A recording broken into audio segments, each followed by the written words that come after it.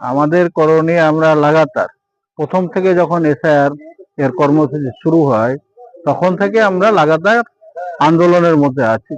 যে এসআইআর মমতা ব্যানার্জি আমাদের রাজ্যের মুখ্যমন্ত্রী তিনি বললেন আমি বেঁচে থাকতে এসআইআর করতে দেব না আমাদের রাজ্যে। এখন বেঁচে আছে নাকি এসে আপনারা বলতে পারবেন। কিন্তু এসআইআর হচ্ছে 90,000 কর্মচারী নিয়োগ করেছেন, করার পরে সেটিং তৃণমূল আর বিজেপির সেটিং আমাদের ফারাক্কাতে 90,000 ভোটার তাদেরকে হিয়ারিং এর নোটিশ দিয়েছিল। তার মধ্যে 57,731 তারা এখন বিচারাধীন আসামি বলা চলে এদেরকে। এখন কাঠগড়া এরা কি হবে বলা মুশকিল। কথা হচ্ছে যে এদের মধ্যে আবার যে বৈধ ভোটার লিস্ট, এটা বৈধ ভোটার না। আমরা বলেছি নো ভোটার নো লিস্ট, মানে no voter list no vote.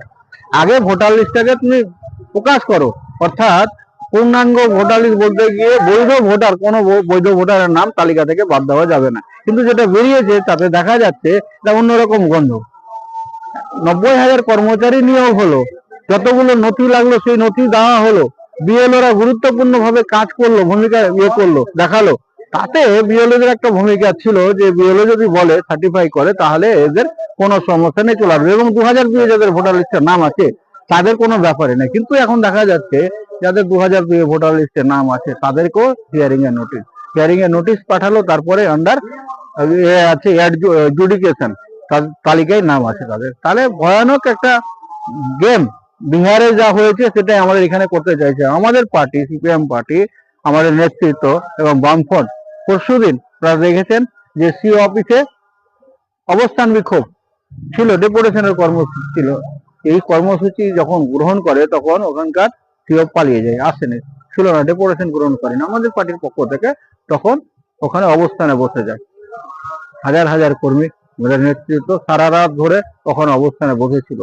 তারপরের দিন বৈকালবেলা 3টার দিকে তারা ডেপুটেশন গ্রহণ করেছে। কিন্তু কথা হচ্ছে যে আমাদের দাবি হচ্ছে যে যতক্ষণ পর্যন্ত পূর্ণাঙ্গ ভোটার তালিকা, কোনো বৈধ ভোটারের নাম বাদ দেওয়া যাবে না। কিন্তু দেখছে যে এরা কি ভূমিকা পালন করেছে দেখা যাচ্ছে এখানে। গন্ধটা যে এমন যে মুসলিম যে বুথ গুলো আছে দেখবেন আপনারা, সে বুথ গুলোতে সবটা একদম স্টাম্প মারা আছে, এরা হচ্ছে বিচারাধীন। আর হিন্দু বুথ যেগুলো আছে সেগুলোতে দেখছি সব ক্লিয়ার করা আছে, দু একটা ওইরকম আছে, আবার বেঁচে আছে তাদেরকে ডিলিট করে দেওয়া হয়েছে। ফলে গোটা গেম, তার বিরুদ্ধে তীব্র লড়াইয়ের জায়গায় আমরা যাব, আমরা দেখছি। আর আমাদের দেখছেন কিছুটা বিএলও যারা ভোটার সে কাজ করেছে তাদের নামটাও নন জুডিকেশনে দিয়েছে, তাদেরকে কি বার্তা দিয়েছে?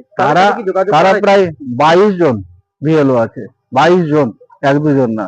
তো তারা নিজেদের যে নথি সবটাই দিয়েছে, আপলোড করেছে, তারা দক্ষ, যেভাবে করা দরকার সবটাই করেছে। কিন্তু তারাও দেখছি যে চলে, তারাও আন্দোলনে আছে। ফলে শুধুমাত্র ওরা না, বয়স্ক যারা চাকরি করেছে 15 বছর, 20 বছর, 50 বছর, 40 বছর ধরে চাকরি করেছে, তাদেরও দেখি আতঙ্কের একটা মানে বাতাবরণ তৈরি করা হচ্ছে। আর সবটাতেই তৃণমূল আর বিজেপি চাইছে যে সামনে যে ভোট আছে এই ভোটে কিছু মানুষকে অন্ধকারে রেখে ভোট ঘোষণা করবে। আর এই যে সম্পূর্ণ যারা বৈধ ভোটার আছে তালিকার নাম উঠবে বলে আমাদের মনে হয় না, কিন্তু তালিকায় নাম না উঠা পর্যন্ত আমাদের লড়াই জারি থাকবে। আজকে দেখা যাচ্ছে যে রাজ্যের মুখ্যমন্ত্রী মমতা ব্যানার্জি এই এফআইআর আবহে কলকাতা রাজপথে ধর্নায় বসেছেন। মানুষ হাসছে, এটা নাটক, এটা নাটক। 90,000 কর্মচারী নিয়োগ করলো, এসআইআর আমি করতে দিব না বেঁচে থাকলে, তারপরে অভিনয়টা শুরু করে দিয়ে মানুষ কি বোকা? তৃণমূল জানে যে হ্যাঁ আমরা কোন জায়গায়, তৃণমূল কোন জায়গায় আছে।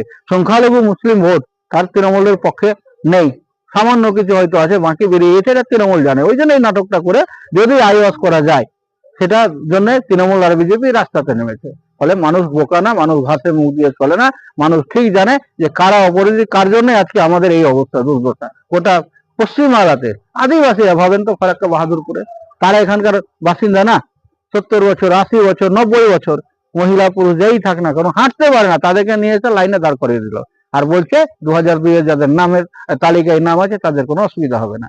ভাবে কি চলছে, গোটা গেম কোন জায়গায় আছে। যে কোনো মূল্যে কিছু ভোটারকে অন্ধকারে রেখে জিততে চায়। 60 লক্ষ পশ্চিমবাংলাতে, বেশিরভাগ হচ্ছে কোথায়, মালদা, মুর্শিদাবাদ, মুসলিম অধ্যুষিত যে সমস্ত জেলা আছে সেখানে টার্গেট করা হয়েছে বিজেপির পক্ষ থেকে। তাহলে আপনাদের দাবি যে যতক্ষণ না পূর্ণাঙ্গ ভোটার লিস্ট বেরায়, কোনো বৈধ ভোটারের নাম তালিকা থেকে বাদ দেওয়া চলবে না আমাদের দাবি। এবং তালিকা পূর্ণাঙ্গ তালিকা হয়ে যাওয়ার পর তখন ওকে প্রকাশ করতে হবে ভোটার লিস্ট, তারপরে ভোটের দিন ঘোষণা করবে। এই দাবি নিয়ে আমাদের আন্দোলন চলছে, গোটা রাজ্য জুড়ে চলছে। আপনার নাম? আমি মুজাফফর হোসেন, সিপিআইএম এর মুর্শিদাবাদ জেলা কমিটির সদস্য।